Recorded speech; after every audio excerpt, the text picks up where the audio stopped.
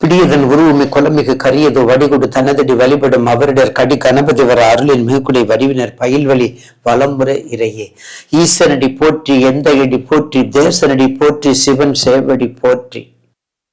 என் கண்மணியாக திகழ்கின்ற நேயர் பெருமக்கள் திருவடி பாதம் பணிந்து போற்றி.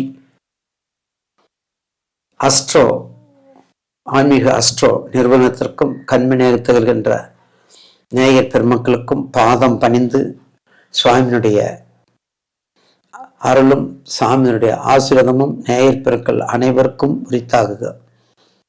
இன்று நிகழும் மங்களகரமான குரோதி ஆண்டு 14/1/2025 ஜனவரி 14/1/2025 பிரதம திதியும் புனர்பூச நட்சத்திரமும் சித்த யோகமும் கூடிய சுபயோக சுபதினத்தில் மகர மாதமாகிய தை மாதம் மலர்கின்றது.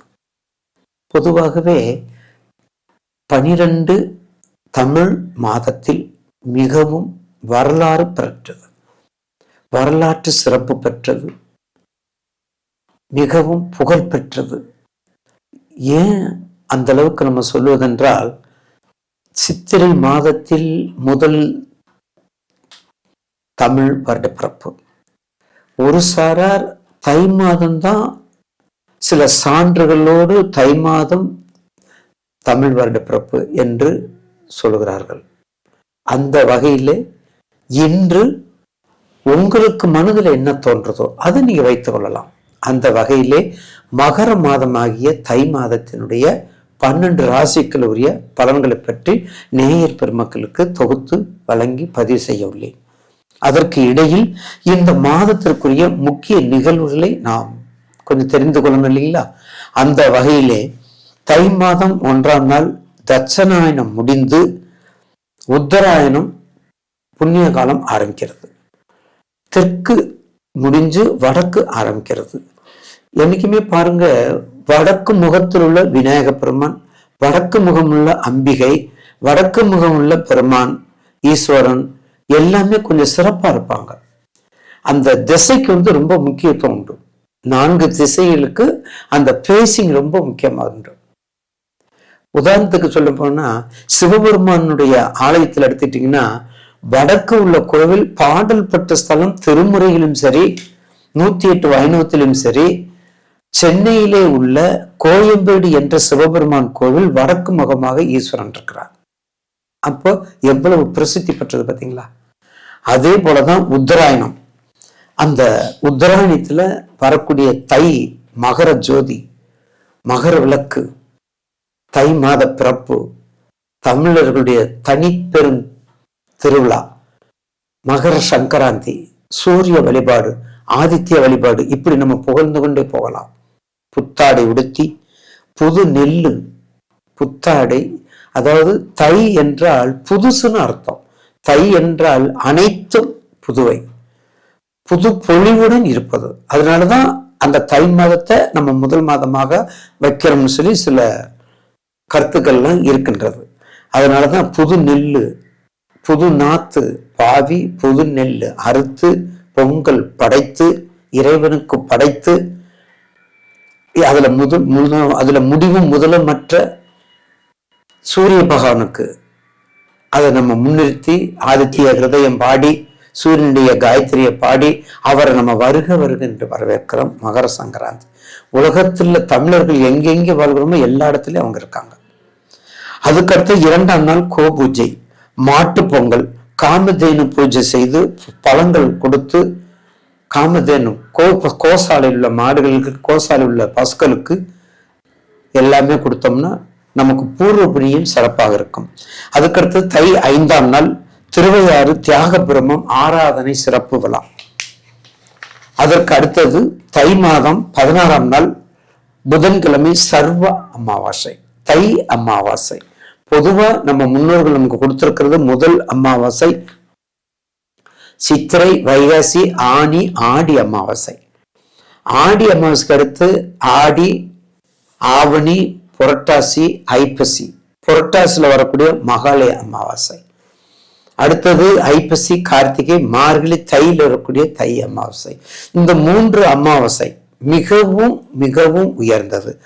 இந்த 12 மாதங்கள்ல அமாவாசையில யாருமே கும்பிடல, யாருக்குமே அவங்க முன்னோர்களுடைய வழிபாடு குறைவா இருக்குது, அப்ப பூர்வ புண்ணியம் குறைவா இருக்குது, இல்லைங்க நாங்க மறந்துட்டோங்க இப்படிலாம் சொல்றவங்களுக்கு மகாலய அமாவாசை. அதனாலதான் மறந்தவனுக்கு மகாலய அமாவாசை. அது அன்னைக்குங்க பூர்வ புண்ணியத்தை நம்ம தேடிக்கிறணும். தீர்த்தங்கள்ல குளிக்கணும், கடல்ல குளிக்கணும், கடல் 6ல 7ல குளிச்சு அவங்களுக்கு நம்ம வழிபாடு பண்ணணும். அடுத்தது தை 19 வரகுந்த சதுர்த்தி. அந்த சதுர்த்தி பிரதோஷம் சதுர்த்தியை சேர்ந்தவர்கள் பிள்ளையார் வழிபாடு, பிள்ளையார் நோன்பு இருப்பது சிறப்பு. அடுத்தது 24 நாள் ரத சப்தமி. இது ரொம்ப முக்கியங்க. இந்த ரத சப்தமி இந்த மகரத்துலதான் வரும். இந்த ரத சப்தமி சூரியனுக்கும் ரத சப்தமிக்கு ரொம்பவும் உகந்தது. இந்த ரத சப்தமிக்கு முக்கியமாக வைணவ கோயில்ல இருக்கக்கூடிய எல்லா திருத்தலமும் மிக சிறப்பாக கொண்டாடுவாங்க. அதுல திருமலை திருப்பதில ரொம்ப ரொம்ப சிறப்பாக கொண்டாடுவாங்க. நீங்க வாய்ப்பு இருக்கும்போது பார்த்துக்கலாம். அதுக்கடுத்தது தைப்பூசம். தைப்பூசம் கடைசி எண்டு, தை மாதத்தினுடைய கடைசி என்று 29ஆம் நாள், அதாவது 11/2/2025 தைப்பூசம். தைப்பூசம்ங்கிறது முருகப்பெருமானுக்கு மட்டுமல்ல, 33 தேவர்களுக்கும் மிக உயர்ந்த திருவிழாவான தைப்பூசம். நமக்கு வேண்டுதல் என்ன வேணுமோ அந்த வேண்டுதலை தேடி எம்பெருமான்கிட்ட போய் சேவித்தால் நிச்சயமாக நல்ல பலன். இதுதான் தை மாசத்துல இருக்கக்கூடிய முக்கிய நிகழ்வுகள். சீரிப்பாயும் காளை, சிங்கங்களுடைய காளை, வலிமையுள்ள காளை, வாழ்க்கையில ஜெயிக்க வேண்டும், தோல்வியே இருக்கக்கூடாது என்ற ஒரு உணர்வுடைய சிம்மராசினியர்கள். விடாதீங்க. தை பிறந்தால் வழி பிறக்கும், தை பிறந்தால் அரசியல் பிறக்கும், தை பிறந்தால் ஆன்மீகம் பிறக்கும், தை பிறந்தால் திருமணம் பிறக்கும், தை பிறந்தால் புத்திரகாம் பிறக்கும், தை பிறந்தால் பொருளாதாரம் பிறக்கும். இது அத்தனைக்கும் சொந்தக்காரர் நீங்க தான். புரிஞ்சுக்கங்க. ஏன் உங்களுக்கு சிம்ம ராசிக்கு இவ்வளவு செழிப்பா இவ்வளவு சந்தோஷத்தோட நம்ம சொல்றோம்னா, நேயர்கள் அடுத்து வரக்கூடியதுல நீங்க பயந்துடக்கூடாது. அடுத்து வரக்கூடிய காலகட்டத்தில் நீங்க பயந்துடக்கூடாது. அடுத்து வரக்கூடிய காலகட்டம் உங்களுக்கு அஷ்டமத்து சனி. பயப்படவே பயப்படாதீங்க. அதுவும் உங்களுக்கு கெடுபலன் கொடுக்காது. கொடுக்கும் பெர்சன்டேஜ்ல குறைவு, கொடுக்கும் நன்மையில குறைவு, கொடுக்கும் பொருளாதாரத்துல குறைவு, முழுவதும் அடிபடாது. யார் மாதிரி? கடகம் மாதிரி. யார் மாதிரி? கடகம் மாதிரி அடிபடாது. நேர்த்தியாக. ஏன்னா உங்களுடைய 8ஆம் இடம் தான் முக்கியம். ஒரு அஷ்டமத்து சனி நடக்கும் பொழுது நேயர் பெருமக்கள் தெரிந்து கொள்வது என்னன்னா, அந்த 8ஆம் இடத்துக்குரிய அதிபதி யாரு, அந்த 8ஆம் இடத்துக்குரிய அதிபதி எந்த சாரத்துல இருக்காரு, அந்த 8ஆம் இடத்துக்குரிய அதிபதி எந்த பார்வை பலத்துல இருக்காரு, இதெல்லாம் அனுகிரகம் பண்ணாதான் உங்களுக்கு கஷ்டம், உங்களுக்கு நஷ்டம், உங்களுக்கு நட்டம், உங்களுக்கு தேய்மானம்.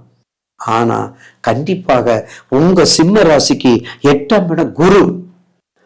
அப்போ குரு அவர் வீட்டுலதான் உங்க சனீஸ்வரன் நம்ம இருக்காரு. அப்படி இருக்கும்போது உங்களை என்ன செய்வார்? பயப்படவே வேண்டாம். இரண்டாவது, உங்க ராசிக்கு பயப்படுவதே வேண்டாம், நன்றாக இருக்கும் என்பதை நினைவில் வைத்துக் கொள்வதற்காகத்தான் உங்களை பூஸ்டப் பண்றோம்.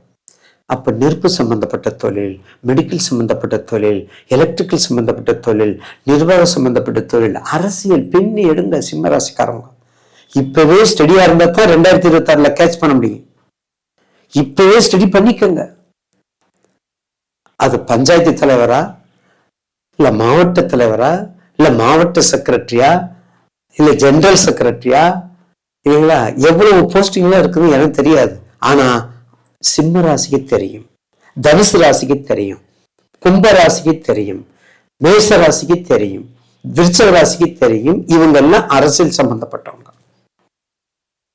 சித்திரை, ஆவணி, கார்த்திகை, சித்திரை, ஆவணி, கார்த்திகை இந்த மாசத்துல எல்லாம் பெருத்தாகிறாங்க பாத்தீங்களா?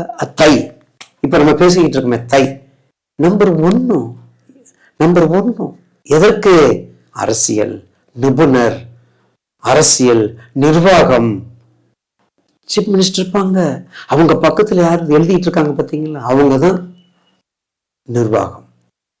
அவர் பேசிக்கிட்டு இருப்பாரு. பேசுறது யாரு எடுக்கிறது, கணக்கு எடுக்கிறது? அவரு தான் அரசியல் சாசனத்துக்குரியவர், அந்த நிர்வாகத்துக்குரியவர். அவர் யாரு? தனுசா இருக்கணும், சிம்மமா இருக்கணும், மீனமா இருக்கணும். இப்படிப்பட்டவங்க இருந்தா தான் பொறுமையோட ரைட்டு. அதுல யார் என்ட்ரி பண்ணணும்? புதன் என்ட்ரி பண்ணணும். அதுல யாரு? புதன். அப்ப உதாரணத்துக்கு சூரிய திசையில புதன் திசையில சூரிய பத்தி இருந்தா அவங்க தாங்க அங்க இருக்கணும். அவங்கதான் ஆளுமைக்கு இருக்கணும். அவங்கதான் இந்த ஆளுமைக்கு போய் சேரணும். அப்படிப்பட்ட சிம்மராசி நேயர்கள் இந்த மாசம் மட்டும் இல்ல, தை மாசம், தை மாசி பங்குனி, தமிழுக்கு பங்குனி வரையும் மிக திறமையான செயல்களை செய்து கொள்ளுங்க. அகலக்காலு வைக்கிறத குறைச்சிக்கிட்டே வாங்க. ஏன்னா 30/3/2025 அஷ்டமத்து சனி உங்களுக்கு ஆரம்பம். 30/3 ஆரம்பம். அப்ப இப்பவே அகலக்கால் வச்சுட்டு அப்ப எடுக்க முடியாது. அதனால கொஞ்சம் கொஞ்சமா கொண்டு வந்து அப்படியே பாவிச்சு கொண்டால் நிச்சயமாக ஒரு எதிர்காலத்தை, நல்ல எதிர்காலத்தை உங்களுக்கு கொடுக்கும். உங்களுடைய தசாபத்தியை பார்த்துக்கோங்க. அப்ப கண்டிப்பாக திருமுறை வழிபாடு, பஞ்சமூர்த்தி வழிபாடு, பஞ்ச புராண வழிபாடு, ஜோதியே சுடரே சூழலி விளக்கே ஒளிவளர் விளக்கே, பாருங்க, ஆதி அந்தம் இல்லாத அருட்பெருஞ்சோதியே. ஜோதிங்கிற வார்த்தை ஒரு தமிழ்ல இல்லாம இல்ல. ஜோதிங்கிற வார்த்தை ஒரு தமிழ்ல இல்லாம இல்ல. அதுதான் நான் சொல்லியிருக்காங்க முன்னோர்கள். மார்கழி மாறும் திருவாதிரை என்று ஆருத்ரா தரிசனம் என்று, கடந்த ஆருத்ரா தரிசனம் என்று 12 ஜோதிலிங்கமும் தோன்றியதாக பொருள். போதுமா? 12 ஜோதிலிங்கம் எப்ப தோணுச்சு? வைகாசில இல்ல, சித்திரையில இல்ல, சித்திரை உச்ச வெயில் இல்ல, அக்னி வெயில் இல்ல, ஐப்பசில் இல்ல, பங்குனி இல்ல, மார்கழி திருவாதிரை அன்றுதான் தோன்றியது. அப்போ அற்புதமான அந்த தை மாசத்துல கண்டிப்பாக உங்களுக்கு சிம்ம ராசி நேயர்களுக்கு ஒரு மகத்தான மாசமாக மாறும். உங்களுக்கு இப்ப மட்டும் இல்ல, தை மாசி பங்குனி வரையும் திடமர தைரியமா புகுந்து விளையாடுங்க.